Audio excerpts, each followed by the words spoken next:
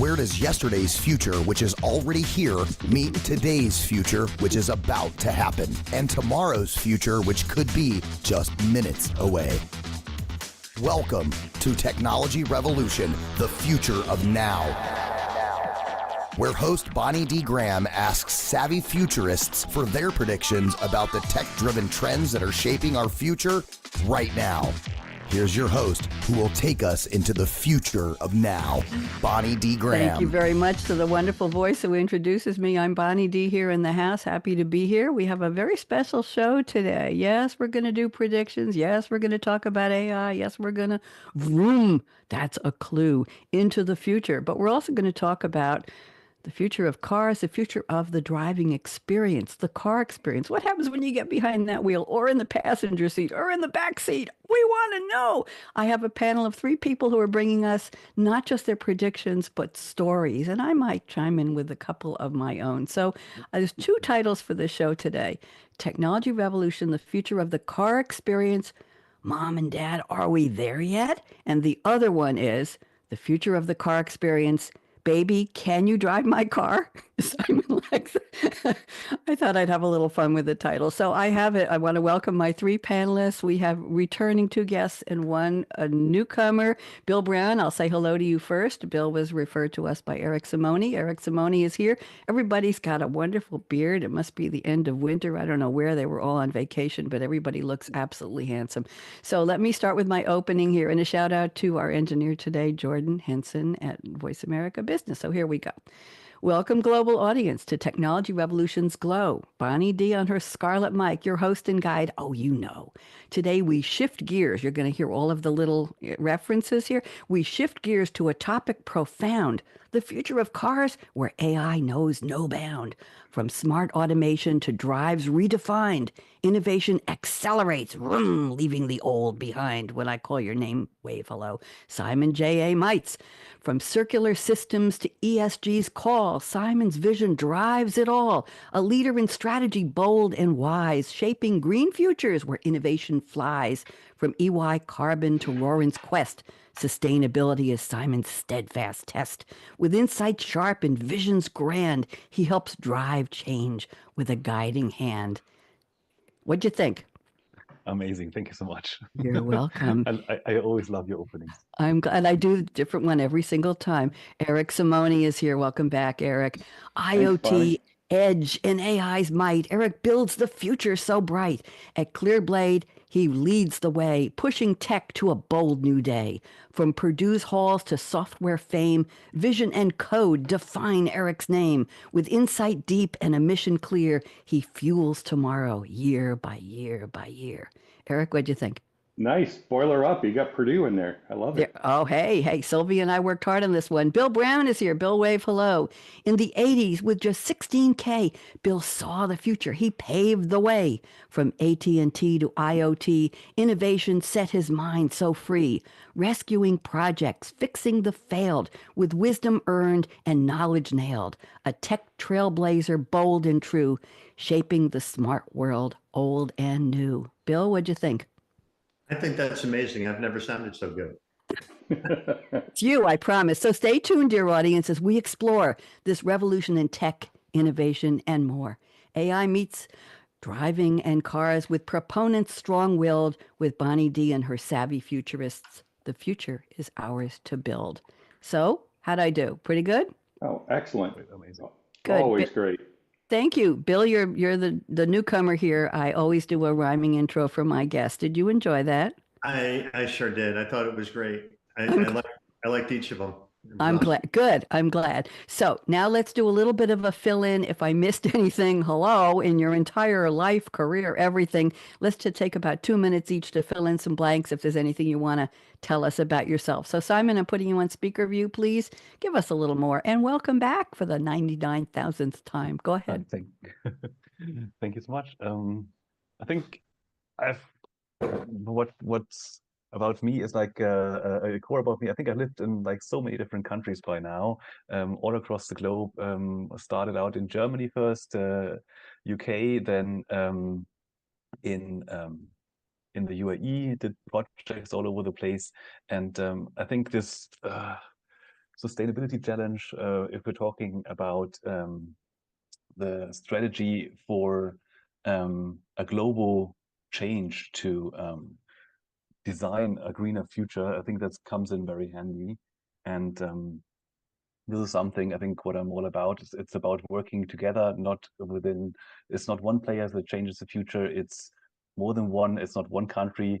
It's not Europe. It's a challenge that we have to tackle globally. And I think the automotive industry is one of the key sectors we need to focus on when it comes to sustainability, and AI is one of the driving factors within that space. You got that word driving in there very, very nicely. Eric, Simon, I want you to move back a little bit. We're cutting off the top of your head. There we go. And that car behind you. We'll talk about that in a minute. You're going to take me for a ride in that later. I know you promised. Eric Simone, welcome back for the also 99,000th time. Eric, anything I missed in the bio? Give us a little fill in, and what have you been up to? Oh gosh, Clearblade, we're constantly innovating on AI, of course, IoT and edge computing. We're the very first company to launch edge computing software way back in 2014. So Bill's nodding his head because we've worked together. And you didn't miss much. I'm a car enthusiast, but not a gearhead. So I'm a guy that can maybe drive the car, but I can't even tell you how many cylinders it has half the time. And my racing friends will laugh at me driving because I'm actually not that good, but I've been on the track a few times. But I bet you look really cool in your car. We're going to talk about our cars in a minute before we go to the quotes and the predictions. So get ready. Bill Brown, so happy to meet you. Thank you for joining on the recommendation of Eric Simone. He must be a very good friend to bring you here, and you must feel the same way. Bill, I'm putting you on speaker view. Would you give us a little more about yourself, please? And welcome. Sure. Well, first, thank you for having me. And Eric, thanks very much for bringing me into this. It's a great experience. And Simon, it's really nice to meet you. So myself and Ingress Software together, our focus is almost exclusively around IoT at the edge, and then bringing intelligence with AI. AI is everywhere now, but and Eric knows this, right? But well, many know this.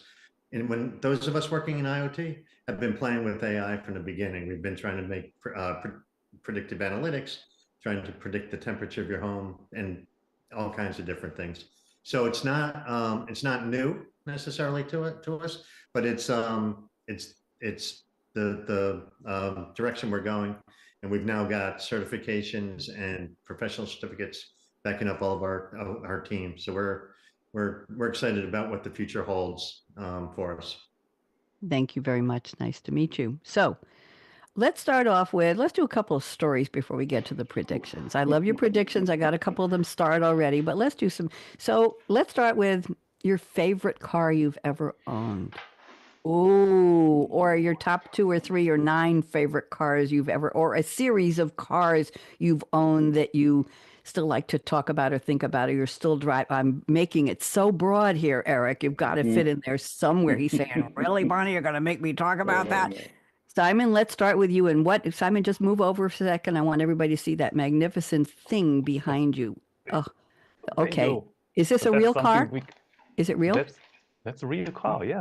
Okay, I just wanted to make sure because I've had AI draw some future cars for me, and they were a little multicolored, but they looked like that. So that Simon, was actually that's a real car. That's a Porsche Taycan, and that's me driving that in Finland. Nice. Wonderful. So tell us your favorite cars. I'm going to leave us on gallery view so everybody can see the reaction shots. I want to see what Bill says. Yeah. Gosh, most favorite car that I owned. I've driven amazing cars in my life. I haven't owned many cars. So if we reduce it to the cars I've owned, or actually the car I still own, it's a 2012 Q7. Huge, like for Europeans, it's quite a huge car. For the Americans, it's rather small, I guess. 4.2 liter diesel, so I at least know what kind of car it is. I love this car because it has it actually has 2 extra seats in the back. I can put the stroller in for my baby boy, with nearly 2 years old right now. And one of my big hobbies is hunting, so it's important that it literally has a 4-wheel drive. And I think I am one of the only people who are actually driving that car properly in the woods through the mud. And I needed that four-wheel drive, and this car lift generally a lot last weekend even. Thank you. Favorite car, Eric Simone. What you got? Oh, you're gonna make me choose. So I've got, gosh, I think the one I just got rid of a year ago, and I'm still sad about it, is my Audi R8 V10 that I had on the racetrack several times. I moved from Austin to Chicago, so it's not the Chicago car. It's more of the Austin, Texas car. But I love that car. The one I had before it was equally as awesome. I had a Porsche 911 Turbo that I bought on eBay while my wife was pregnant by accident. Wait a minute. By accident belongs to what part of that sentence? Eric, what was that by accident? Well, I was in between jobs after I left Proficient, and I was drinking a lot of scotch at night. And I was on eBay, and I saw this car, and the low price was $80,000. And I'm like, that's a good price for a car. I only had 300 miles on it, right? So I put a bid in, and then I looked and go, oh my gosh, the bid is ending like in a few hours, like at 6 a.m. or something. So I go to bed, and my wife wakes up. I said, we may have bought a new Porsche, but don't worry about it. I'll tell you in the morning. And then I ended up buying it. It was a fantastic car. Yeah. That's a story for the ages. That is on so many levels. You bought it by accident. I think that's where the accident belonged. And it was wonderful. And then the car just before that, I loved. It was my first real sports car. I bought in '95. Was a very wild car called the Dodge Viper. It was an RT10. I mean, RT topless, and I almost was my coffin a few times in San Francisco, so we won't talk more about that. What color was the one you bought on eBay? I'm curious. What was the color? It was like a seal gray. Okay. And Simon, what was the color of your car you were talking about? Same color. Same color. Okay. Yeah. All right. Bill Brown, your turn. Regale us. What's your favorite? We lost Bill. Where'd he go? Oh. Did I scare him? He's coming back in. Okay, let's let him back in. I mean, the only great thing about this color is you don't need to wash it that often. No, it was great. And by the way, I had a same color Q7 for 11 years. I had the 2013, I think. That car was fantastic. Don't get the Q8. I'll tell you right now. I have the Q8. Stick with the Q7. We can talk offline about why. We will. Bill, I think I frightened you when I asked you for your favorite car because you disappeared for 10 seconds. Bill, you're back. Why don't you tell us what's your favorite car you've owned or driven? So I've had several cars. I'm more of a truck person. Every time I sell my truck, I get a car, and then I immediately turn around and get another truck. But right now, the one I have right now is really the one I like the most, and it's not necessarily a flashy truck, but it's the new Chevy with the baby diesel engine. So it means I can tow my boat with the same performance that I could previously, with a smaller engine and better gas mileage. So now when I'm driving down the highway traveling someplace, I could get about 32 miles to the gallon on this pickup, whereas my other pickup would get like 12. So okay, that's a big difference. Can you face us forward? You're looking to the side. I think that's where your monitor. There you go. There you go. And what color is this truck that you've got? Oh, it's black. It's black. It's got dark windows. It's got the blackout kit. I think it's a sharp looking truck. I bet I almost bought another one. I brought it in to get an oil change, and I was looking at the newer ones, and I didn't, but I came really close to just trading it in and getting the next one. But very, very cool. Somebody asked me what my favorite car is. What's your favorite car, Bonnie? Eric, I thought nobody would ever ask. I'm a Z car person, and I have owned 5, which started out with the Datsun and Nissan. Yeah. I've had the 280, I've had the 350, I've had the 370, and I always bought them used. The first one was the blue with the silver stripes. Remember the 280? It was a plus two. I think it had seats in the back. And one of my mother's Yeah. friends got stuck in the back when I picked her up somewhere and we couldn't get the woman out. We took three men to boost her out of the back seat because well, she wasn't a big woman, but it was just so narrow Small getting back out seat. of there. Yeah, very much. And so I've owned five of those and changed. I drove them, I bought them at anywhere between 30 and 50,000 miles on them. I can't tell you what was under the hood, but I loved them. I love that low road feel. And I will Yep. tell you that I was propositioned to sell my car by men of all ages, whether I was pulling out of the driveway of my co-op building in Long Island, New York, or whether I was at the Midtown Tunnel about to go in, and people would roll down the window and say, "Hey, lady, you want to sell your car?" Literally, it happened all the time. Teenagers, grown men, no matter where I was, people waving. They loved those cars. And then the last one was in a almost tragic accident that is a miracle. And I'll send you all my story. I wrote a piece of micro nonfiction, micro real story about the accident that I really shouldn't be here. And I was bereft because at that point, which was in 2022, you couldn't get another Z. The second they hit the online sales, Carvana, all of those, the second that somebody posted it, they were bought. Every car dealer in Durham, North Carolina couldn't keep them on the lot. They were selling because they weren't making the convertible anymore. They had stopped making that model. And What so color? What color? that one was white. I think most of them were white over the years, but that one was white with a red rag top and red leather seats.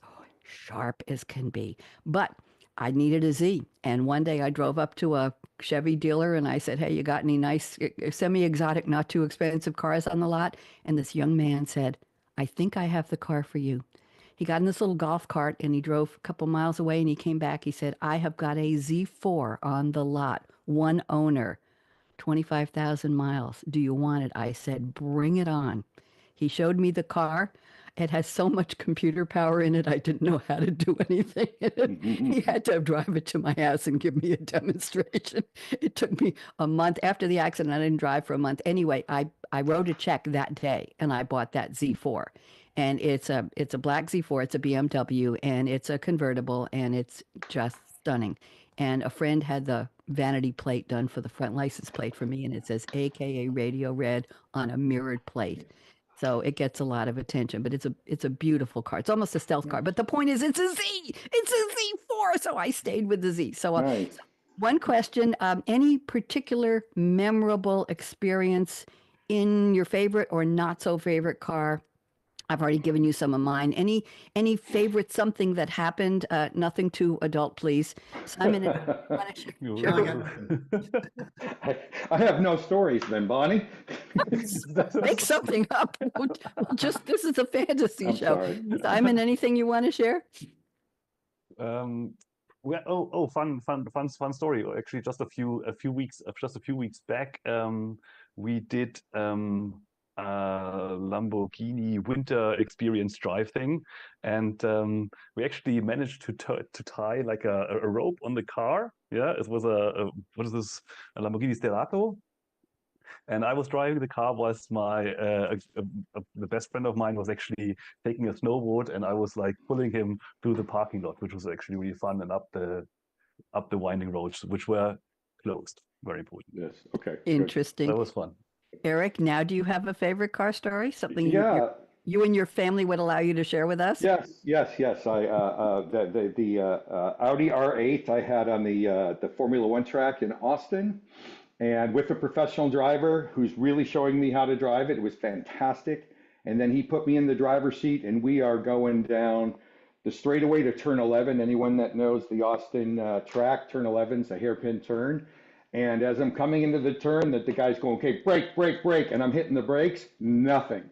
We had lost brake pressure completely because my brake fluid had boiled.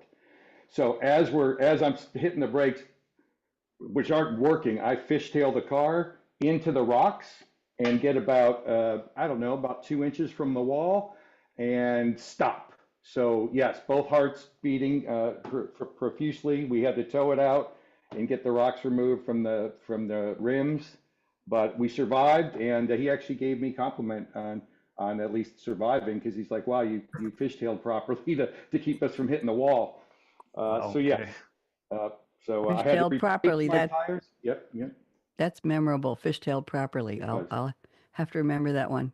Bill Brown, any favorite stories in any of your trucks, cars? I do. I've got one favorite, not quite as exciting as Eric's, right?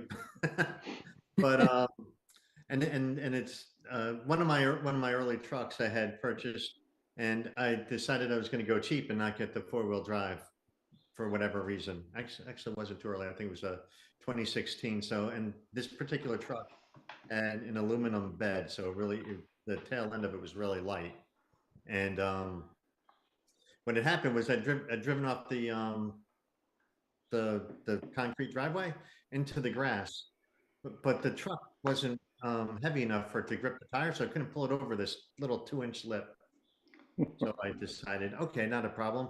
I'll just pull forward, go down go down the hill into my yard, turn around, and then come back up and drive out. Without four-wheel drive, that truck couldn't pull itself out of grass. And it couldn't make it back up that hill. I had to get somebody to come hook me up to a winch and pull me out of my backyard. So while my wife was hollering that we were going to go into the pool, which I don't think we're that close, but she's really close. I have a similar story. I was trying to sell the cosmetic line that starts with the letter M and the last letter K many years ago in Oregon when I was living there, and I got an appointment to go to some place that had acres of mud in front of their house. It was a farm, I guess. And I went and I was trying to sell lipsticks and whatever to the woman and her daughters. And we had a lovely time. They ended up buying nothing. I went back in my car and discovered that I had parked in a place that was just freshly rained, and my car was about 4 inches deep into the mud. So we waited till the morning. Somebody gave me a ride home, and I had to have a tow truck come and pull the car out of the mud. And the rocks and the mud had gone up into the wheelbase.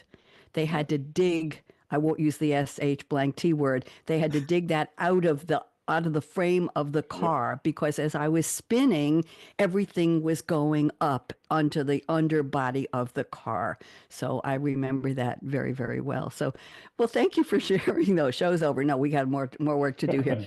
I've never done this with stories before, but I thought it was time for a little update, even though would you believe we're almost a quarter of the way through 2025? Eric, is it flying for you? Where is it going?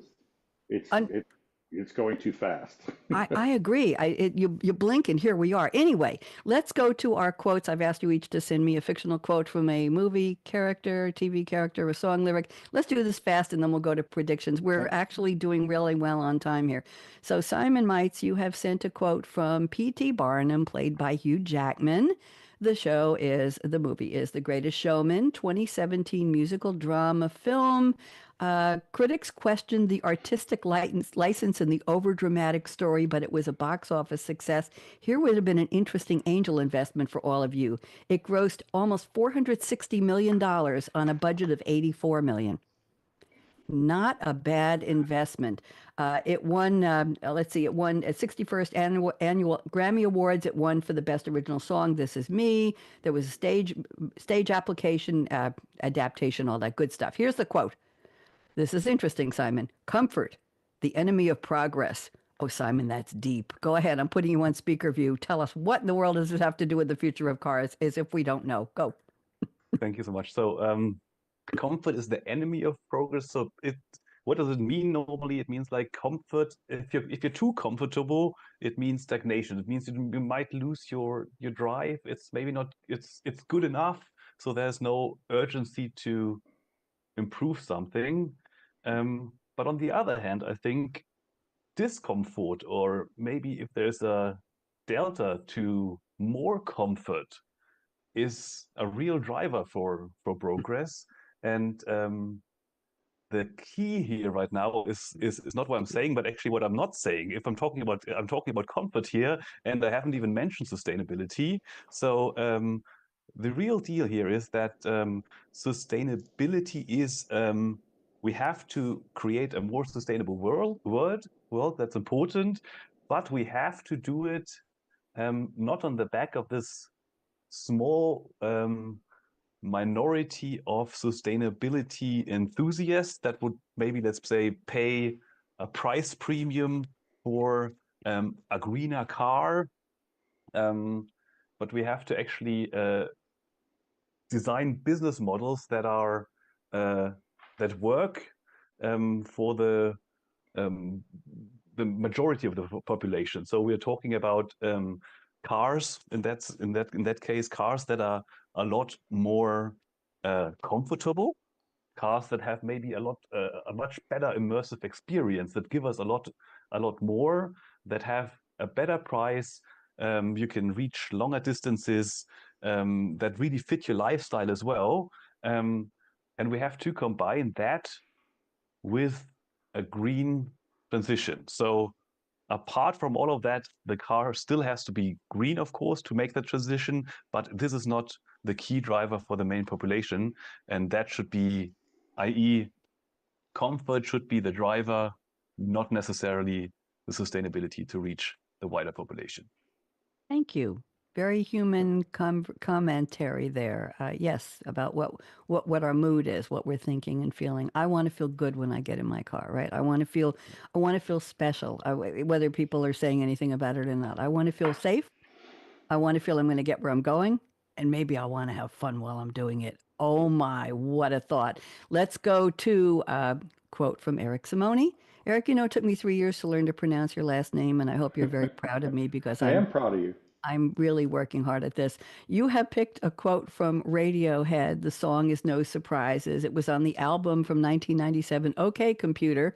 Anybody doesn't know, they are an English rock band. This was their fourth and final single from their third studio album, and it was released as a mini album in Japan as No Surprises Running from Demons. The music video features, who does it feature? York, what's the name? Tom York, T-H-O-M, Tom York, wearing a helmet as it fills with water, inspired by 1960s sci-fi and underwater escape acts.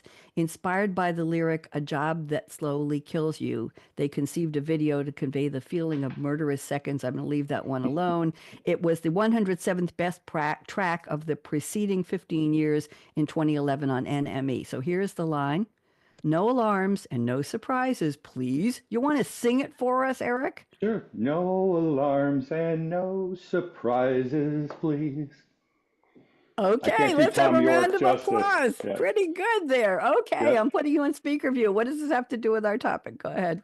So it's funny, as a kid that learned to drive in the 80s, right, with no seat belts and no alarms and no surprises, I find the cars of today somewhat annoying because I'm constantly getting beeped at no matter what I'm doing, right? So I'm just backing out of my driveway. If there's a bush that's that's a little sideways, I'm getting beep, beep, beep, beep, beep to the point where you just tune it out. So I kind of miss no alarms and no surprises of the old school days. I recognize that I'm a dinosaur and all these things are good. But as we move into the future with automobiles, I think that's a big theme, right? No alarms and no surprises. We're going to start getting away from these alarms, and you're going to get to automated driving. You're already seeing it. We're going to get to driverless vehicles. I kind of lament the coming days, but my kids don't seem to mind it too much. For those of us that like to drive, but it makes a ton of sense because we'll be safer. It'll be more convenient, less congestion, on and on. So I'll take the positive spin on Tom York's no surprises with saying, hey, look, the future of automobiles and driving should be no alarms and no surprises. I like that. I like that a lot. I'm thinking of other car stories I should have told you in the beginning, but maybe we have time at the end. We could do a whole show on that. Talk about surprises. We might do that. We might do a redux on what would you like to change about a car experience. I'll talk to all of you afterwards. Bill Brown has sent us a quote from Captain Jean-Luc Picard, played by who else? Patrick Stewart, sci-fi TV series Star Trek: The Next Generation. This was season 2, episode 3, Elementary, Dear Data. It debuted on December 5, 1988. It was the 29th episode overall. Set in the 24th century, the adventures of the Starfleet crew of the Federation starship Enterprise D. A holographic adversary is created on the Enterprise holodeck with Data and Geordi play a Sherlock Holmes game. The plotline was continued in season 6, Ship in a Bottle, nominated for 2 Emmy Awards. There we go. I hope I did justice to that, Bill. Here's the quote. Things are only impossible until they are not. Oh, Bill, what does this have to do with our topic? Go ahead. Well, our topic is, cars in the future, and artificial intelligence in the future, all of the things that, if you go back to the 80s, many would have said are not possible or not likely to occur in our lifetime, probably. And so really, we shouldn't let the perception of what can be done or what we believe can be done stop us from doing things. I try to apply that in even smaller cases, right? Often, working with folks, clients, or even some on my team, the question will come up, can we do that? How can we do that? Is it even possible? And you don't want to veer away from it just because something seems unsurmountable. You really got to push through and persevere to try to make that deliver on what your goal is, right? What you're trying to deliver. So it's only impossible until it isn't. There you go. You got to give it a try, right? Give it a whirl. Get behind that wheel. Yeah, Give it a keep going. road. Give it a road test. There we go.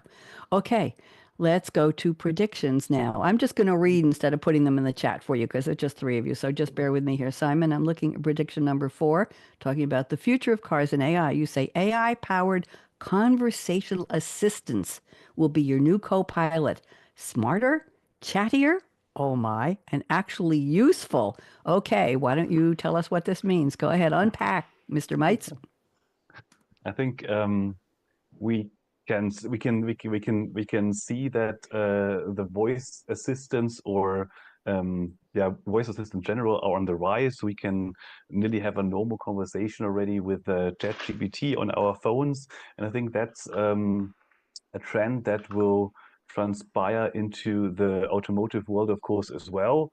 The AI-powered assistants will, of course, become smarter and smarter over time. They will learn our behavior, our preferences, what we like, what we dislike. They even are able to pick up actually on our mood when we're entering the car, our vital signs, our facial expressions, and so on. And by that, they will be able to recommend and adjust the car experience to what we actually need. So it's not a short conversation anymore. If the AI thinks maybe you're hungry, it's not about, hey, find a restaurant. It might be that your AI co-pilot actually says, hey, I noticed you skipped lunch, so because you didn't stop at a lunch place at any time. Do you want to stop at a sushi place because that's what you really enjoy? The one you liked last time very much is just 2 kilometers away, and maybe or I found another place that you can check out because it has great reviews and so on. So it will be a lot more immersive, this experience, and it will be a lot more fun and individualized to talk to your AI co-pilot. Also, of course, the AI in the cars will have applications within the as a safety and, let's say, efficiency advisor. So it will also talk to you about the traffic trends and detect when you're tired, and then suggests maybe, I don't know, another playlist to go out for a coffee or whatever it is. Yeah. And in terms of safety, we can think about things like analyzing the weather for your journey, suggesting a safe place, a safe place to stay, and whatnot. And I think all of these little tiny puzzle pieces add up to a super immersive experience, and adding this like real lifelike conversation with the AI co-pilot is something that will really make that AI more like a proper co-pilot, a proper friend, maybe even, and somebody that can be super useful and give you an experience that is tailored to your individual needs.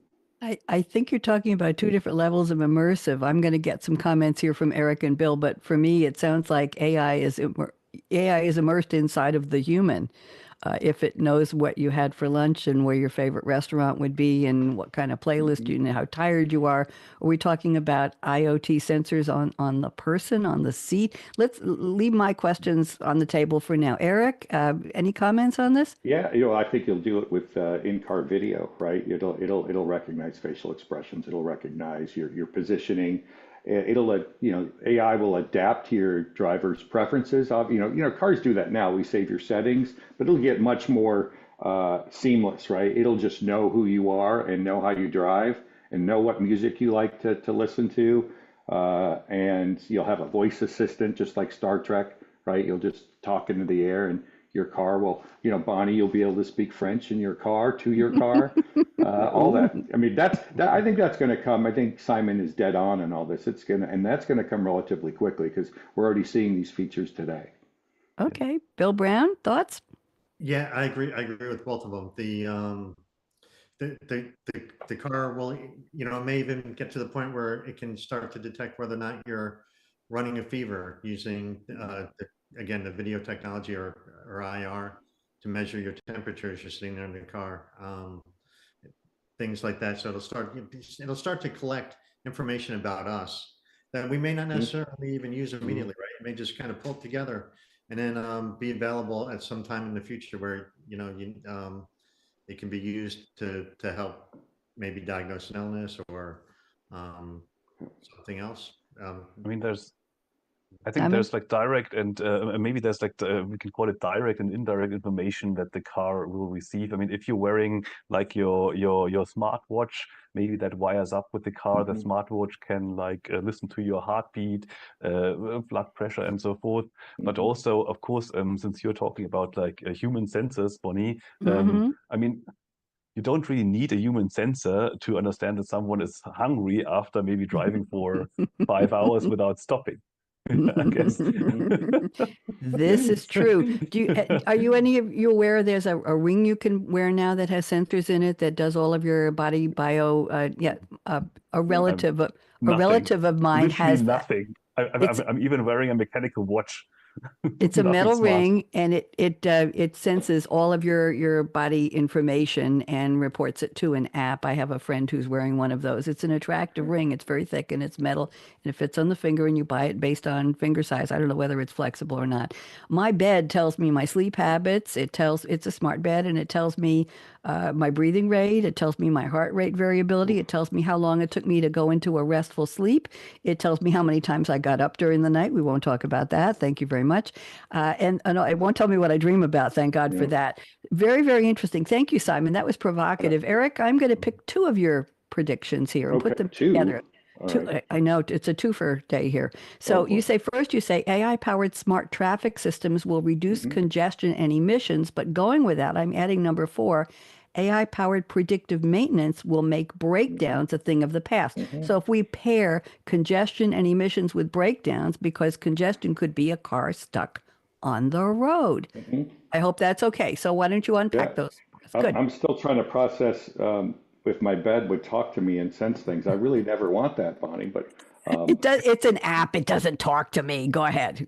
okay. I'm just imagining something. All right. So what are AI traffic systems, right? Well, AI traffic systems will collect real-time data from each and every car. So this is going to be device to device, which is very different from device to cloud back to device.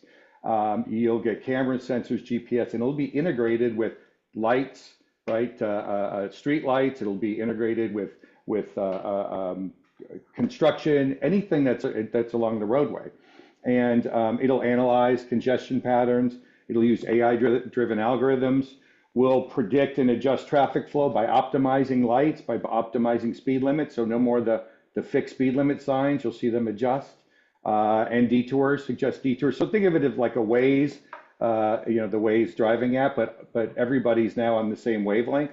And these things are all communicating kind of like a hive, right? So it's going to take some time to get there. We're going to need some infrastructure. I think the biggest holdback here is infrastructure improvements in different parts of the world. I think the technology is already there, but it's going to take, I think, until at least 2035 to us to really start to see this emerge. There are some cities that are doing some things like this already, like Singapore, like Dubai. They're testing some things in LA for AI-powered adaptive signals. Pittsburgh's actually doing some AI traffic lights, so that's kind of cool. So you'll see pockets of different innovation, but over time, we'll get to the point where, you know, traffic flow is much easier. You can have more driverless vehicles. And I'm a fan of Waymo. I used it a bunch in San Francisco several times. I think what they're doing is pretty interesting. But with the way congestion is, look, I lived in Austin for 21 years, and Austin's a complete disaster with congestion. And of course, I moved up to Chicago, which is no better. So, you know, these things have to change, and we're not going to get there with the rail systems or the bus systems. It's going to be things like this. What about the predictive maintenance? How will that fit into this, Eric? Well, this is going to kind of go hand in glove, right, with what we're doing on the roadway. So one, you're going to have real-time data collection again from sensors. I mean, the car right now is a moving data center, right? But it's not really integrated. Each manufacturer's got its own thing, and they get the data, but no one else gets the data.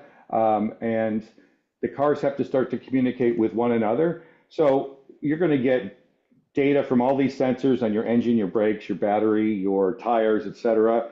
Of course, you're already doing this today with the engine temperature and oil, tire pressure, battery health, brake pad wear. But now it's going to take all that data, and it's going to, car's not going to break down. It's going to predict you before it breaks down, right? Mm-hmm. And we're already, I think, 80% of the way there now with what's going on with vehicles, right? But you're going to get this to the point where nobody's going to break down anymore, right? You're not going to have any issues, and it's going to redefine vehicle downtime. It's going to save money. It's going to enhance safety, of course, and you'll have automated maintenance and part ordering. Hopefully, I'd like to break the bottleneck of the manufacturers kind of locking you out of being able to maintain your own car, or different service shops are only, you know, certified on certain vehicles. It's kind of like what's going on with the phone thing. It's, you know, you can't fix anything anymore. There needs to be a breakdown of that. So again, technology's there today. I think the barriers are more on policy and government and so forth. Thank you very much. Any quick comments from Simon or Bill on what Eric shared? Are you good? Yeah, no, I do. Okay. Not sure how quick this is. I just wanted to raise a question. The moment you're talking about traffic flow, the moment you're talking about connecting cars and cars speaking to each other, it's always a question of, based on what objectives and goals are you optimizing the routes? So there's always the bigger, common, greater good, overall better traffic flow, or are you optimizing the individual car? Like if I'm the car, do I have to take a longer way for the greater good? So the traffic is running smoother. So that's one question. The next question is like, okay, maybe there's not only the individual objectives versus the common greater good, but the common greater good could also mean the air quality within the city center. That could also mean like protecting roads with like a few kindergartens there. So if my way would be shorter and a lot quicker, if I'm driving past 2-3 kindergartens, great. But maybe the common greater good is like, hey, actually, we don't want to have that many cars there, or we don't want to have that many cars in these smaller roads, because then the air quality is going to get worse in that area. Yeah, and I think it's really about traffic flow optimization, because when you have congestion and people running their cars for longer, that's worse for the air, right? That's worse quality. And you know, billions of dollars are lost in productivity, right? So that's tracked all the time. And I would think that there are going to be roadways that are approved for routing and stuff that is not approved, right? Where you'll have special zones to say, hey, you know, now that's like I said before, that's more governmental, and that's usually what slows down progress in a good way, right? Because we don't want autonomous vehicles running over pedestrians. right? No, We don't, Of course so not. please not. Please. sacrifice for the common good, but and the arguments on the other side are like, yeah, that happens, that has happened, but how many less accidents that are fatal? So again, you're seeing all this. I think the challenge is not the technology; it's the cooperation at the Mm-hmm. federal, city, state, especially in the U.S. Right? We've got 50 different governments in 50 different Okay. states. All That right. makes it much harder. No, no, no. I'm just saying You're these right. are. You're I'm right. not talking politics. I'm talking No, I know that. coordination. I know Coordination. that. That's I the want to issue. get Bill to weigh in on this. Bill, any comments? Because I'm about to go to Bill's predictions, which are different Let's from go. anything the other two sent me. So, Bill, anything you want to say for this? Well, sure. First, let me say, so I've been in Atlanta for the last 24 years, and Atlanta is routinely ranked second in terms of traffic congestion. Yep. However, we have the longest commute in the Okay. in the list, right? So there may be other cities with more cars, but we spend more times in the congestion due to the traffic. Mhm. So and this really is a place to Eric's point, and right, that we can make a big difference. If once the cars are speaking edge to edge and communicating what's, where they are, some of the simple things that cause traffic. I'm sure we've all been driving and approached what looked like a traffic jam. We stop, we crawl at like 5 miles an hour for a little bit, and then suddenly the traffic just resumes, and nobody knows why that was there. Right? There's this phenomenon called the traffic wave, which is kind of like the butterfly effect when such that if somebody taps their brakes, that causes a traffic jam behind them. Some All the way back. Yeah. in response, right? So if we could, leveraging AI, and we can do this to Eric's point, we can already do this today, right? We can monitor everything that's happening in the road. We've got cars have all got cameras on them now at this point. Mhm. I think got 13 or 14 or something like that. Mhm. So you can see everything. You can see how learn the individual's driving, and the cars can be smart enough to respond and avoid things like that phenomenon, such as the traffic wave. And the other thing is, it's more than just the governments, right? It's the large car manufacturers have all got to get together and agree to make this data available to us and make it available to the service providers, because they may not be the ones who come up with the solution. It may be Eric's company, Clearblade, or Ingress, right? That answers that question and solves that problem. But they have to let us try. They have to give us the opportunity to help them with it. I have a one-word quote from the movie The Princess Bride. You all remember this? Inconceivable. Yep, of course. I had It's to only say that. possible until it isn't. I'm so sorry. Yes. I will tell you also, talking about congestion and traffic goals and driving preferences. I'm the kind of person who doesn't like roads that are scary, where I'm going over a body of water on a very sharp curve. And there's one here at Highway 444, which comes out of the village I live in Loudon, Tennessee. I will not go there. I will find a way, even if it's longer, to get to where I'm going, so I feel safer and more comfortable on the road. So that would be a preference I would want baked. It's like when I used to commute to Manhattan, and I had a bad experience on the train one day. I always took local trains, the Long Island Railroad. I would wait an extra hour in Penn Station at rush hour to get a local out to Long Island, because I was afraid if anything happened, I couldn't get off the train. So I took locals. I would literally wait in a packed waiting area in Penn Station for a half hour to 45 minutes until a local came and opened. And then I would take that because I felt safer with the door opening every 10 stops to get to my. So Eric is rolling his eyes. Sometimes we don't want, It's nothing. sometimes we don't want the fastest way. Sometimes our comfort level is very personal. So I'll just say that. So I want to get to, thank you, great conversation. I may change the format of this show to 3 instead of 4 panelists from now on, because I'm enjoying, Simon, You your got more word. time. We're getting immersive. We're having an immersive conversation. Bill, I want to go to your predictions. You have one that I thought was very interesting. Bill says, if we look far enough out, AI-driven driver's ed class and driving instructors will provide real-time instruction, feedback to the new driver. In the more near term, it may simply provide additional instruction in terms of efficiency, like good habits, reducing gas consumption, or braking patterns that result in more maintenance. I thought that was interesting. And he compares this with AI will dynamically reconfigure vehicle performance, fuel efficiency, acceleration tuning, etc. Let's talk about that driver's ed experience, Bill. What do you think? Yeah, it's funny because when you asked for the predictions, I was thinking about my niece who has just started learning to drive, and we were talking about sending her to the same driving school that my daughter and son had attended. And I talked to, and at that moment I thought, well, that's an opportunity for AI to kind of come in and really educate them, the student, not the student, but the young driver, in new and exciting ways, right? So when you're driving with your parent or you're driving with your instructor, right, you're gonna, oh, the only feedback you have is what they're sharing with you. But the car has the ability to communicate with you by jiggling the steering wheel, or vibrating the brake if you're on the brake too hard. There's lots of things you could do. And again, at that time, I was busy thinking when I had to go learn to get my drive and get my driver's license, I lived in New York, and I think we had to sit through a 4-hour class where the instructor, yeah, it was terrible. And it was a friend of mine's dad. He wouldn't let me out of it and sign the card anyway. But